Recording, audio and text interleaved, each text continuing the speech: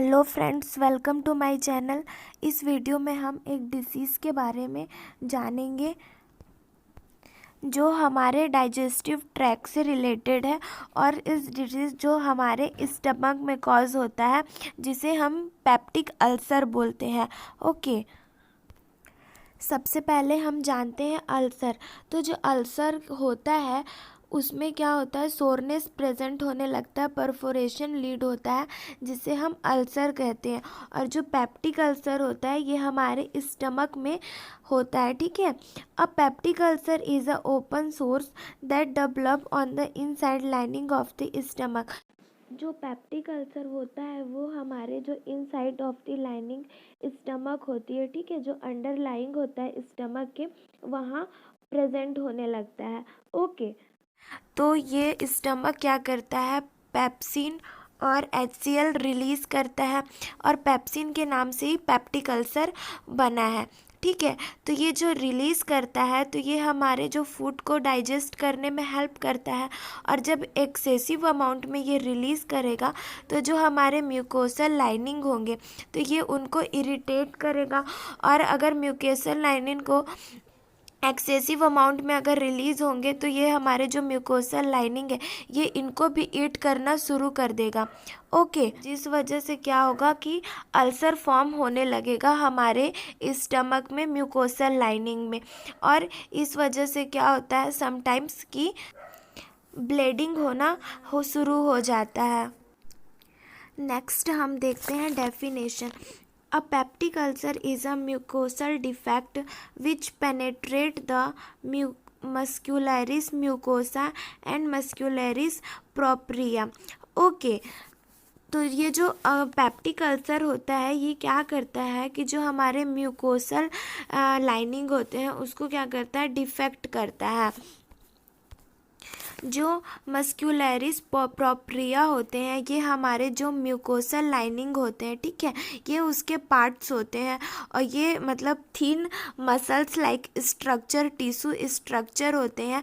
तो जो peptic ulcer होता है, पेप्सिन जब एक्सेसिव अमाउंट में लीड होता है तो ये इसको डिफेक्ट करता है। और जो म्यूकोसल लाइनिंग होते हैं, ठीक है, तो ये इनको भी क्या करता है, डिफेक्ट करता है। और इस वजह से क्या होता है, सोर प्रेजेंट होने लगता है, सोर्स लीड होने लगता है, परफोरेशन लीड होने लगता है हमारे स्टमक लाइनिंग में। नेक्स्ट हम कॉजेज देखते हैं, ठीक है, किस किस वजह से पेप्टिक अल्सर लीड होता है। तो सबसे पहला है हेलिकोबैक्टर पाइलोरी। जो ये हेलिकोबैक्टीरियल पाइलोरी होते हैं ये ग्राम नेगेटिव बैक्टीरिया हैं। ओके, और ये मोस्ट कॉजेज होते हैं पेप्टिक अल्सर लीड करने में। ठीक है, ये बैक्टीरिया क्या करते हैं, जो हमारे स्टमक होते हैं उनमें इन्फेक्शन लीड करते हैं। ठीक है, ये वहाँ जाके क्या करते हैं, मल्टीप्लाई होते हैं और जिस वजह से इन्फ्लामेशन होता है। और इसकी वजह से जो पेप्सिन है वो एक्सेसिव अमाउंट में रिलीज़ होने लगता है, ये पेप्सिन एंजाइम। और इस वजह से जो हमारे स्टमक लाइनिंग होते हैं उनको ये डिफेक्ट करता है। सेकेंड हम देखते हैं फ्रीक्वेंट यूज़ एस्प्रिन, इबुप्रोफेन और anti inflammatory non steroidal anti inflammatory drug. जब हम डेली यूज़ करते हैं या फ्रीक्वेंट यूज़, कंटिन्यू यूज़ कर रहे हैं non steroidal anti inflammatory drug, तो इस वजह से भी जो हमारे एंजाइम्स है वो एक्सेसिव अमाउंट में रिलीज़ होंगे और जिस वजह से म्यूकस लाइन अफेक्ट होगा। ओके, स्मोकिंग, अगर बहुत ज़्यादा मतलब कोई पर्सन स्मोकिंग कर रहा है तो स्मोकिंग की अगर वजह से क्या होगा, हार्मोनल डिसबैलेंस होगा। और अगर हार्मोनल डिसबैलेंस होगा तो जो पेप्सिन एंजाइम है वो एक्सेसिव अमाउंट में रिलीज़ होना स्टार्ट होंगे और जिस वजह से स्टमक लाइनिंग अफेक्ट होगा। Okay, drinking too much alcohol, ये भी सेम है कि इसका प्रोसेस जब ये हार्मोनल को डिसबैलेंस करेगा।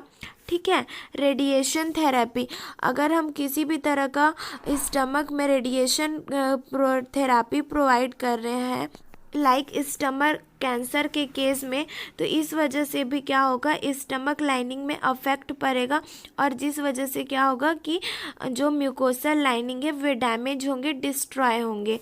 ओके, नेक्स्ट हम देखते हैं pathophysiology. Due to etiological factor as infection more acid production.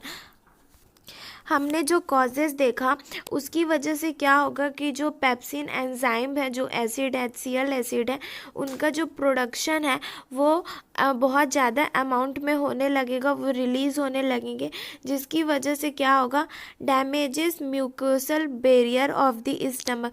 जो म्यूकोसल बैरियर है, जो हमारे स्टमक को इनर साइड को कवर करके रखता है, वो क्या होगा, धीरे धीरे डैमेज होने लगा। Low quality of mucosal layer, और जो वो उसका जो क्वालिटी है वो एकदम लो हो जाएगा, मतलब वो डिस्ट्रॉय होने के कंडीशन में हो जाएगा। ठीक है।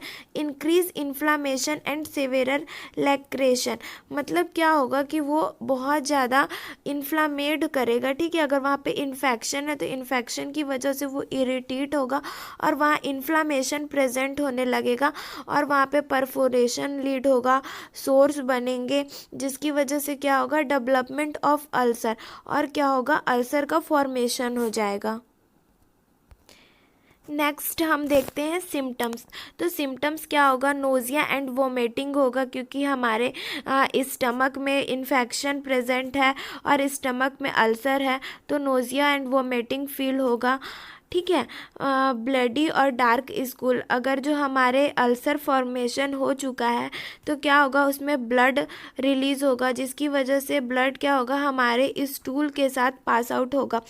वेट लॉस, ठीक है, हमारा जो स्टमक है वो बहुत ज़्यादा उसमें अल्सर फॉर्मेशन हो गया है, तो मतलब जो भी पर्सन है वो सही तरीके से डाइजेस्ट फूड इंटेक नहीं कर पाएगा और उसका डाइजेस्टिव सिस्टम भी बहुत वीक हो जाएगा, और जिस वजह से क्या होगा, वेट लॉस होने लगेगा। इनडाइजेशन, ठीक है, मतलब जो बहुत ज़्यादा एक्सेसिव अमाउंट में अगर HCl रिलीज़ हो रहा है तो वो बहुत गैस प्रोड्यूस करेगा हमारे स्टमक में, CO2 कार्बन डाइऑक्साइड बनाएगा, जिसकी वजह से क्या होगा, इनडाइजेशन होगा। चेस्ट पेन, ओके, अगर गैस्ट्राइटिस का कंडीशन लीड हो रहा है तो ये हमारे ओसोफेगस से लेकर चेस्ट पेन करेगा। ठीक है। और क्या होगा, बर्निंग ऑफ द चेस्ट, और हमारे चेस्ट में जलन फील होने लगेगा, हार्ट बर्न होगा। डायग्नोसिस, हम क्या किस तरीके से डायग्नोस कर सकते हैं, पता लगा सकते हैं कि पेप्टिक अल्सर हो चुका है, तो हम क्या करेंगे, सीरोलॉजिकल टेस्ट करेंगे। सीरोलॉजिकल में हम ब्लड कल्चर करेंगे, ताकि जिसमें पता लगाएंगे कि कौन सा माइक्रो ऑर्गेनिज्म प्रेजेंट है हमारे स्टमक में। ओके। बैरियम एक्सरे करेंगे। जो बैरियम एक्सरे होता है वो अपर GI सीरीज, मतलब जो अपर GI ट्रैक होता है उनको विजुअलाइज करते हैं, ताकि जिसमें पता लगता है कि कोई सोर प्रेजेंट है या नहीं है। ओके। अब नेक्स्ट हम देखते हैं मेडिकल मैनेजमेंट।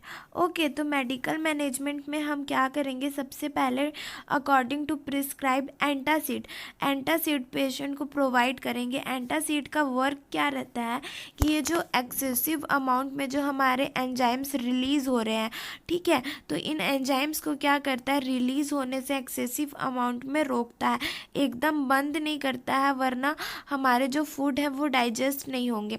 ठीक है। तो ये उसको लो कर देता है जो एक्सेसिव अमाउंट में रिलीज़ हो रहे हैं, तो हम एंटासिड दे सकते हैं। डाइटरी मैनेजमेंट में हम स्मॉल फ्रीक्वेंट मील्स देंगे। ठीक है, उसको ज़्यादा हैवी डाइट नहीं देंगे, स्मॉल फ्रीक्वेंट में देंगे। और अवॉइड अल्कोहल एंड कैफीन, हम उनको अल्कोहल और कैफीन लाइक कॉफ़ी, टी, ये सब पेशेंट को देने से मना करेंगे। एंटीकोलिनर्जिक ड्रग, तो एंटीकोलिनर्जिक ड्रग क्या करता है, अगर किसी वजह से हार्मोनल डिसबैलेंस हो गया है तो हम एंटीकोलिनर्जिक ड्रग देंगे, जिस वजह से वो हमारे जो किसी हार्मोनल डिसबैलेंस की वजह से जो एक्सेसिव अमाउंट में एंजाइम रिलीज़ हो रहे हैं, पेप्सिन और HCl एंजाइम जो रिलीज़ हो रहे हैं, उनको क्या करता है, रिड्यूस करता है। एंटी माइक्रोबियल थेरेपी, हम पेशेंट को क्या करेंगे, एंटी माइक्रोबियल थेरेपी प्रोवाइड करेंगे अगर कोई बैक्टीरियल इन्फेक्शन प्रेजेंट है तो नर्सिंग इंटरवेंशंस, तो नर्सिंग इंटरवेंशंस में क्या करेंगे, सपोर्ट द पेशेंट इमोशनली, हम पेशेंट को सपोर्टिव थेरेपी प्रोवाइड करेंगे ताकि उसको उसका जो डिसीज़ कंडीशन है ओके वो उस वजह से ज़्यादा घबराए नहीं, ठीक है। एडमिनिस्टर प्रिस्क्राइब्ड मेडिकेशन, हम जो भी डॉक्टर के अकॉर्डिंग प्रिस्क्राइब्ड जो भी मेडिकेशन है वो उनको टाइम टू टाइम प्रोवाइड करेंगे। Monitor the effectiveness administered and also watch for adverse reaction, जो हम उनको ड्रग दे रहे हैं, ठीक है, जो भी हम मेडिकेशन प्रोवाइड कर रहे हैं तो हम उनका जो भी एडवर्स रिएक्शन है, ठीक है, तो हम उनके रिएक्शन देखेंगे कि ज़्यादा रिएक्ट तो नहीं कर रहा है या कम मतलब जो उसका रिएक्शन है वो कैसा है, ठीक है, लो है या हाई है, ओके। तो ये हम नर्सिंग केयर प्रोवाइड कर सकते हैं।